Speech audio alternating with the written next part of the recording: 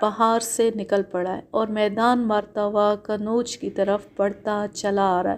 ہمایوں نے اپنے سپہ سالار کو حکم دیا کہ پورے لشکر کو دریا پار کوسوں دور تک پہنچایا جائے، دشمن کو اپنے علاقے سے بہت دور روکا اور پسپا کیا جائے گا، اسے آگے بڑھ کر دریا عبور کرنے کا موقع نہیں دیا جائے گا۔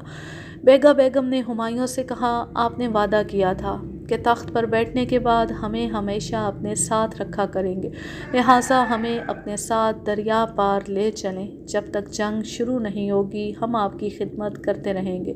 وہ بولا، ہمیں اپنا وعدہ یاد ہے، لیکن آقا مادر اجازت نہیں دیں گی۔ بادشاہ سلامت، آپ بھول رہے ہیں، ہم ملکہ ہیں، اب کسی کی اجازت کے محتاج نہیں ہیں۔ آپ کی والدہ ماجدہ ہمارے لیے محترم ہیں، لیکن ہماری اور آپ کی ازدواجی زندگی میں انہیں مداخلت کرنے کا کوئی حق حاصل نہیں ہے۔ ماہم بیگم نے سنا تو کہا، بے شک ہمیں بادشاہ اور ملکہ کے معاملات میں مداخلت نہیں کرنی چاہیے، لیکن بادشاہ کو دوسری بیگمات سے بھی ناانصافی نہیں کرنی چاہیے۔ اگر تمہارے ساتھ ایک شریک حیات جائے گی تو چاند بی بی اور شاد بی بی کو بھی جانے کا حق پہنچتا ہے۔ اب تم شہزادے نہیں رہے ہو، تمہیں انصاف پسند بادشاہ بن کر حکومت کرنا ہے، سوچو دوسری بیگمات کے ساتھ انصاف کرو گے یا نہیں۔ یوں ماہم بیگم نے ایک پخ لگا دی۔ بیگم نے بے بسی اور ناگواری سے اپنی خوش دامن کو دیکھا۔ ہمایوں نے فوراً ہی تسلیم کر لیا کہ وہ دوسری بیگمات کے ساتھ بھی انصاف کرے گا۔ ایسے وقت ایک خواجہ سرا نے آ کر دست بستہ عرض کیا، بادشاہ سلامت کا اقبال بلند ہو، ہمارے سپاہیوں نے ایک مخبر کو پکڑا ہے، وہ شہزادہ کامران مرزا کا پیغام لے کر شیر خان سوری کے پاس جا رہا تھا۔ اس نے ایک خط پیش کرتے ہوئے کہا، یہ اس مخبر کے لباس سے برآمد ہوا ہے۔ ہمایوں اسے کھول کر پڑھنے لگا۔ کامران مرزا نے لکھا تھا، بلند حوصلہ شیر خان سوری کا اقبال بلند ہو، تا دم تحریر ہم لاہور میں ہیں۔ ہمارے درمیان یہ طے پایا ہے کہ آپ کنوج فتح کرنے کے بعد چونسا کی طرف بڑھیں گے تو ہم آگرہ پر چڑھائی کر دیں گے۔ اس طرح ہمایوں ہمارے درمیان پھنس جائے گا، آگے آپ ہوں گے، پیچھے ہم، ہمارے اتحاد سے فتح یقینی ہوگی۔ آپ جواباً یہ تحریری عہد نامہ لکھ دیں کہ آگرہ کے تخت پر قبضہ کرنے کے بعد آگے پیش قدمی نہیں کریں گے، لاہور ہمارے لیے چھوڑ دیں گے۔ آپ کا یہ عہد نامہ موصول ہوتی ہم اپنا لشکر لے کر آگرے کی سمت روانہ ہو جائیں گے۔ اس تحریر کے نیچے کامران مرزا کا نام اور اس کی مہر دکھائی دے رہی تھی۔ چونکہ وہ ہمایوں کی عدم موجودگی میں لاہور کا قائم مقام بادشاہ تھا، اس لیے اس نے بادشاہت کی مہر اس تحریر پر لگائی تھی۔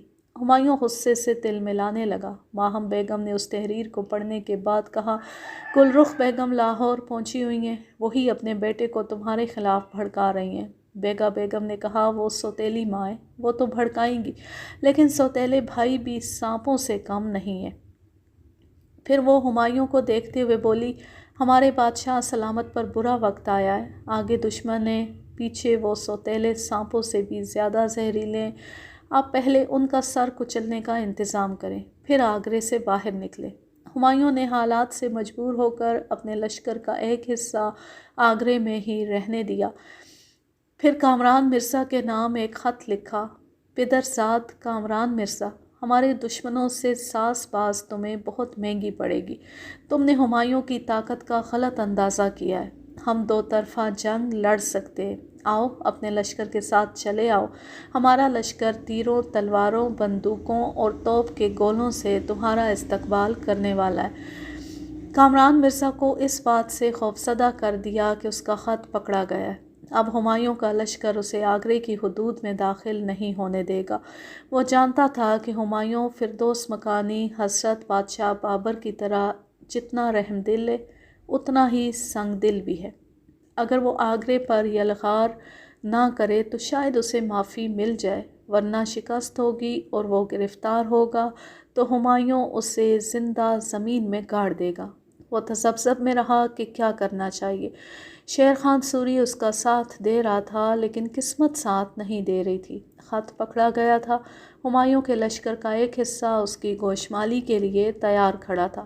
ہمایوں آگرے سے نکل کر دریا پار گیا تو اس کے ہمراہ اس کی 3 بیگمات، کنیزیں اور خواجہ سرا بھی تھے۔ انہوں نے ایک جگہ پڑاؤ ڈالا۔ بادشاہ اور بیگمات کے لیے خیمے لگائے گئے۔ ان سے 10 کوس آگے لشکر جرار شیر خان سوری کی آمد کا منتظر تھا۔ مخبر نے خبر دی کہ شیر خان 50 کوس آگے کسی مجبوری کے باعث رکا ہوا ہے، شاید 2-4 دنوں میں پیش قدمی کرے گا۔ دریا کنارے تمام بیگمات کے الگ الگ خیمے لگائے گئے تھے۔ ہمایوں بیگا بیگم کے ساتھ زیادہ وقت گزارتا تھا، مگر چاند بی بی اور شاد بی بی کا بھی بہت خیال رکھتا تھا۔ وہ شاد بی بی کے ساتھ ایک رات گزارنے کے لیے اس کے خیمے میں گیا، لیکن اس سے پہلے چاند بی بی سے ملاقات کر کے کہا، آقم مادر کا حکم ہے، زچگی ہونے تک ہمیں اپنے درمیان فاصلہ رکھنا چاہیے۔ 3 ماہ بعد تم ایک جانشین کو جنم دو گی، اس کے بعد ہم دن رات ساتھ رہا کریں گے۔ چاند بی بی نے اس کا شکریہ ادا کیا۔ وہ اسے تسلیاں دینے کے بعد شاد بی بی کے خیمے میں آ گیا۔ بیگا بیگم اپنے خیمے میں تنہا تھی۔ اس نے کنیز سے کہا، باہر جاؤ اور آفت جان کو یہاں بھیجو۔ وہ حکم کی تعمیل کے لیے باہر چلی گئی۔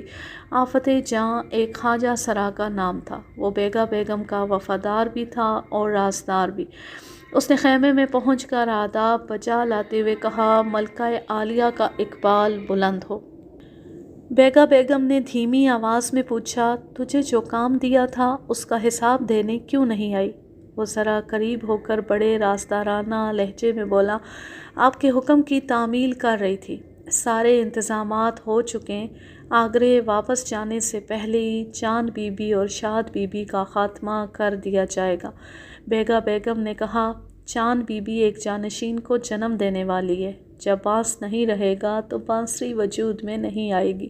اس سوگن کو ہر حال میں ختم ہونا ہے۔ تمام خیموں کے اندر شمعیں روشن تھی اور خیموں کے باہر مشعلیں جل رہی تھیں۔ ان خیموں سے دور مزید مشعلیں روشن تھیں۔ وہاں مسلح سپاہی بادشاہ سلامت اور اس کی بیگمات کی حفاظت کے لیے جاگ رہے تھے۔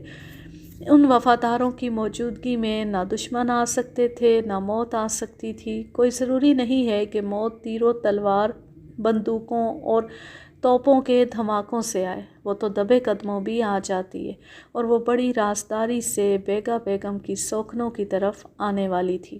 دوسرے دن خبر ملی کہ شیر خان سوری جہاں رکا تھا وہاں سے آگے چل پڑا ہے۔ دوسری صبح چونسا پہنچنے والا ہے۔ ہمایوں کا لشکر چونسا کے قریب تھا۔ اس نے بیگمات سے کہا، اب تم تینوں کو واپس جانا چاہیے، ہمیں اپنے لشکر میں پہنچنا ہے۔ پھر اس نے حکم دیا، 2 کشتیاں دریا میں ڈالی جائیں، بیگمات واپس جائیں گی۔ بیگا بیگم نے ہمایوں کا بازو تھام کر کہا، 2 نہیں، 1 کشتی ڈالی جائے۔ پہلے 2 بیگمات یہاں سے جائیں گی۔